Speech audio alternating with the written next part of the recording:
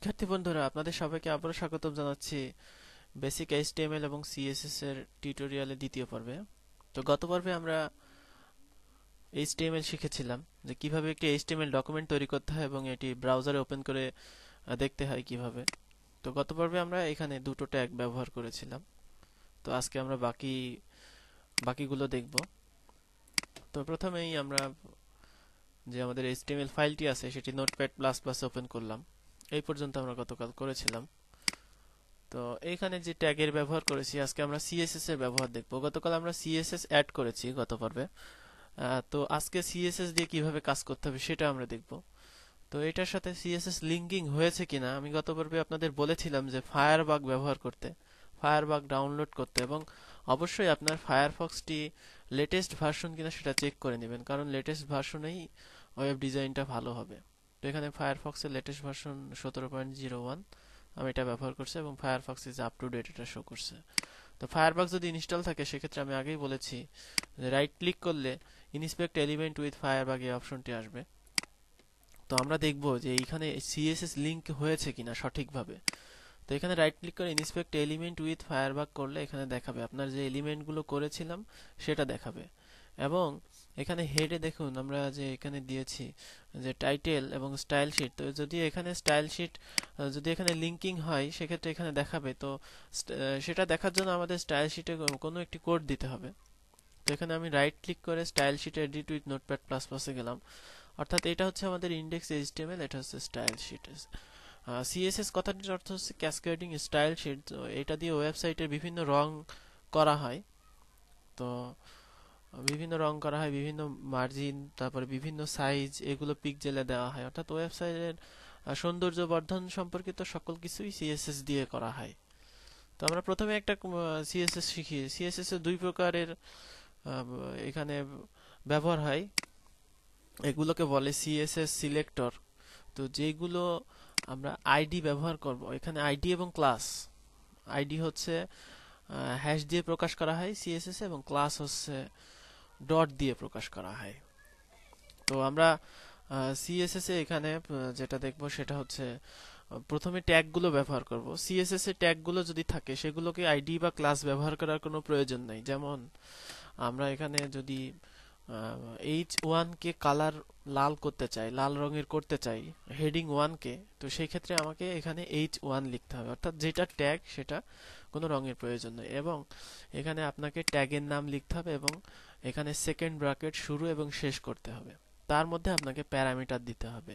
মনে করেন আমি কালার চাচ্ছি লাল, তাহলে এখানে COLOR কালার দিতে হবে, RED রেড।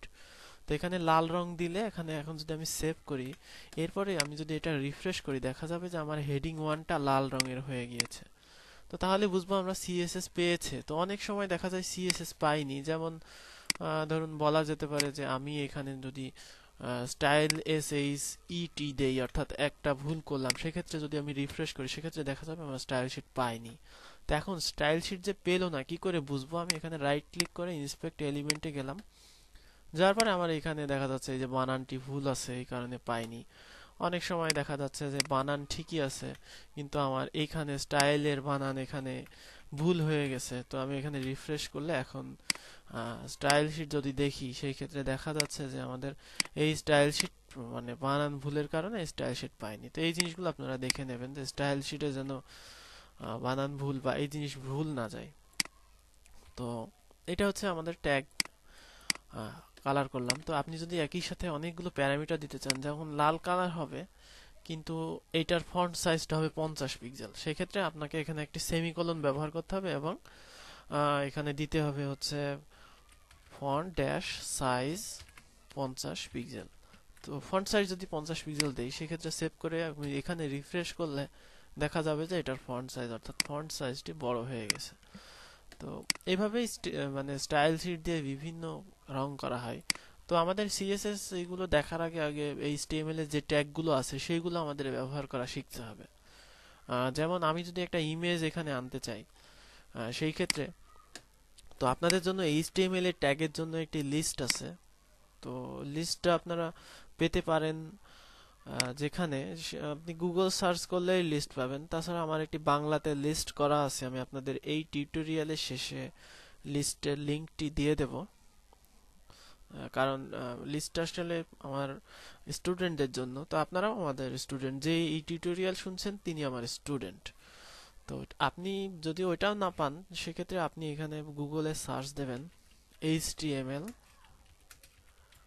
ট্যাগ লিস্ট লিখে সার্চ দিলে অনেক এখানে আসবে। যেমন HTML ট্যাগ, এখানে আমরা W3 স্কুলস যেটি আছে এখানে, এইটা পড়লেই আমি মনে করব এনাফ। এখানে যেটি নিউ লেখা আছে সেটি হচ্ছে HTML5 এর। তো আর যেটি এখানে একটু আফসা আছে সেটি HTML5 এ এটা সাপোর্ট করবে না। তো এখানে আপনি এই ট্যাগগুলোর ব্যবহার শিখবেন। তো এখানে অনেক ট্যাগ দেখে আপনি মানে ভয় পাবেন না। HTML এ আসলে খুব কম সংখ্যক ট্যাগই আমরা ব্যবহার করে থাকি। তো তার মধ্যে কয়েকটি আমি আপনাদের দেখাবো। যেমন আমি এই ইমেজটা যদি সেভ করে নেই, সেভ ইমেজ অ্যাজ, এবং এটা আমি রাখলাম ডেস্কটপে রাখলাম। ডেস্কটপে আমার যে ফোল্ডার আছে অর্থাৎ HTML, আমি পার্ট 1 অর্থাৎ এটা 2, তো আমি এটা রাখলাম W3 স্কুলস লোগো জিফ এই নামে সেভ করে রাখলাম। তো এখন আমি যদি আমার ডকুমেন্টে ওই ইমেজটা আনতে চাই, সেক্ষেত্রে আমাকে একটি ট্যাগ ব্যবহার করতে হবে, এবং এই ট্যাগটি হবে সিঙ্গেল ট্যাগ, IMG শেষ এখানেই। তো এই ট্যাগের আপনাকে অ্যাট্রিবিউট ব্যবহার করতে হবে। তো অ্যাট্রিবিউটটি হচ্ছে SRC সোর্স, অর্থাৎ ইমেজের সোর্স কোথায়। তো আমি এই নামটি কিন্তু আপনার একদম ঠিক হতে হবে, কোনো ছোট হাতের বড় হাতের কনফ্লিক্ট যেন না হয়, বা এক্সটেনশন যেন ঠিক থাকে, তাহলেই কিন্তু আপনার ছবিটা আসবে। তো এখন যদি আমি রিফ্রেশ করি আমার ডকুমেন্টটা, দেখা যাবে যে এখানে একটা ইমেজ আসছে। তো এই ইমেজটা আমরা আনলাম কিভাবে? অবশ্যই এই ইমেজটা আপনার যেই ফোল্ডারে আছে HTML সেখানে সেভ করে রাখতে হবে। আপনি চাইলে একটা ইমেজেস নামে ফোল্ডার করেও সেভ করতে পারেন, কিন্তু সবচেয়ে ভালো হয় ইমেজেস ফোল্ডার করে সেভ করা। যদি না করেন সেক্ষেত্রে এখানেও রাখতে পারেন, রেখে এখানে আপনি নামটা দিয়ে দিবেন, এবং নামটা অবশ্যই আপনাকে এক্সটেনশন সহ হবে। আমি যদি এখানে এক্সটেনশন না দেই, সেই ক্ষেত্রে খেয়াল করেন আমি রিফ্রেশ করলে ছবিটি আসবে না, এইরকম দেখাবে। অর্থাৎ আমার ইমেজে কোনো সমস্যা আছে, নামে সমস্যা আছে বা লোকেশনে সমস্যা আছে। তো ইমেজ আনার জন্য যে দুটি শর্ত আমি বললাম, যে ইমেজটি অবশ্যই আপনার HTML ফাইল যেখানে আছে, অর্থাৎ এই যে ফোল্ডার, এখানে HTML ফাইল আছে এবং এখানে ইমেজটি আছে, অর্থাৎ মাই কম্পিউটারে অন্য কোথাও থেকে হবে না, ওখান থেকে কপি করে এনে এখানে পেস্ট করবেন এরকম। তো এখন আমরা চাচ্ছি, এখানে আমি লিখলাম প্যারাগ্রাফ দিয়ে,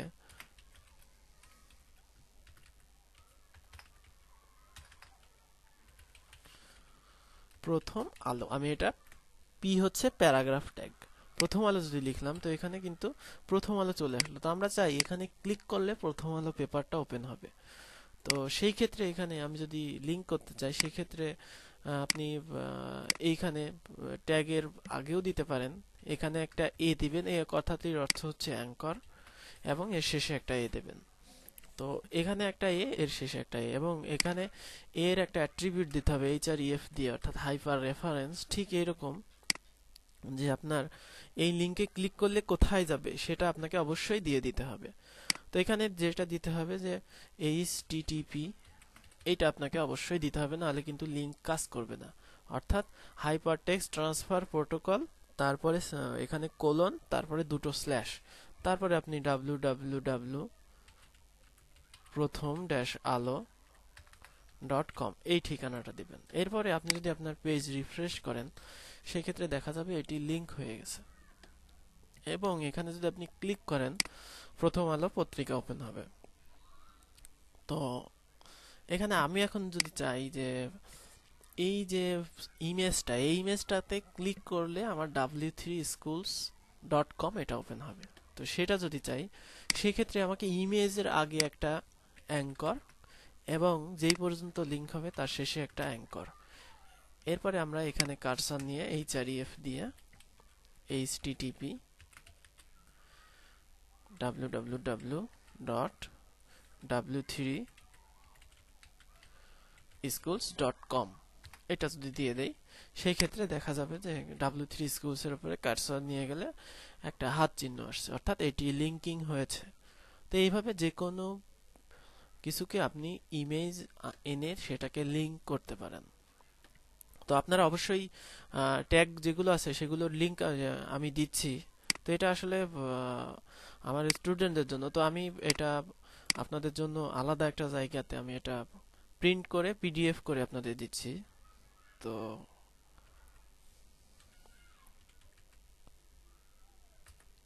এখানে রেজিস্টার্ড ইউজার ছাড়া লগ ইন করতে পারে না, তারপরে আমি শুধুমাত্র আপনাদের জন্য এটি দিচ্ছি।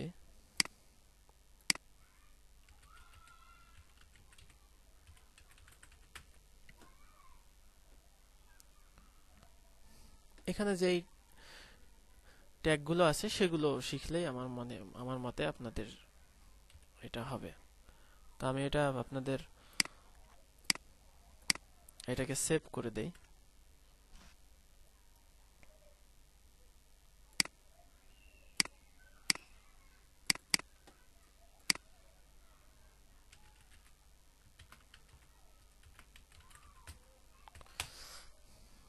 আগে বলে রাখি, এটা আসলে কোনো রেফারেন্স বলা চলবে না। এটা মানে একটা আমি যেগুলো পেয়েছি সেগুলো এখানে দিয়েছি। কিছু ইংরেজিতে আছে, কিছু বাংলাতে আছে। তো আমি এটা ওপেন করে দেখি যে এটা আসলে ঠিক মতো আসলো কিনা।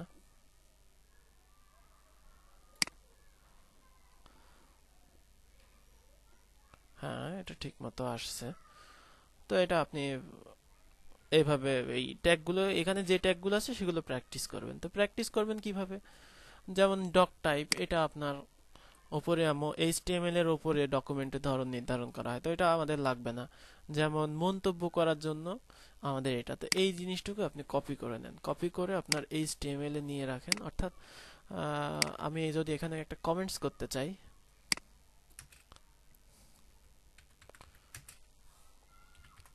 আচ্ছা এটা কাজ করছে না, কোনো একটা কারণে হয়তো ভুল আছে, যাই হোক।